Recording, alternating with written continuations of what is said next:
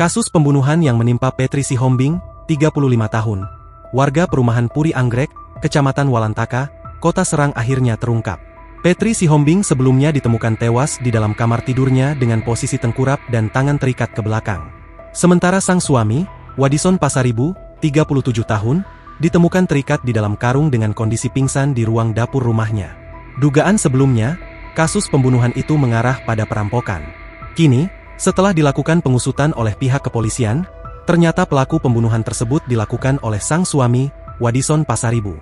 Penangkapan Wadison dibenarkan oleh Kapolresta Serang Kota, Kombes Pol Yuda Satria kepada tribunbanten.com, Rabu, 4 Juni 2025. Tetangga korban, Siti Mariam mengatakan, terungkapnya pelaku pembunuhan itu bermula pada saat anak korban yang berusia 7 tahun ditanya oleh polisi.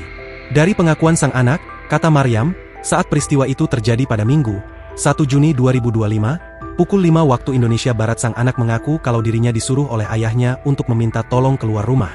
Jadi awalnya itu si anaknya ngomong, kalau waktu dia keluar rumah minta tolong itu disuruh ayahnya. Padahal kan tetangga tahunya ayahnya itu terikat dalam karung menjadi korban juga. Ujar Mariam, Rabu, 4 Juni 2025. Usut punya usut, kata Mariam, sang suami sengaja mengikat dan membungkus dirinya dengan karung untuk merekayasa seolah-olah peristiwa pembunuhan itu merupakan perampokan. Infonya itu suaminya selingkuh, terus cekcok, ucapnya. Dikatakan Mariam, saat ini Wadison Pasaribu telah diamankan pihak kepolisian pada Rabu, 4 Juni 2025, dini hari. Semalam banyak polisi yang datang, suaminya sudah dibawa polisi, pungkasnya. Sebelum aksinya ketahuan, Wadison Pasaribu ternyata juga sempat akting menangis di depan jenazah istrinya. Saat itu, Wadison yang baru keluar dari rumah sakit usai peristiwa itu harus mengantar istrinya yang telah dia habisi tersebut ke tempat peristirahatan terakhir. Ia pun menangis terduduk di samping jasad istrinya yang sudah terbujur kaku di rumah duka.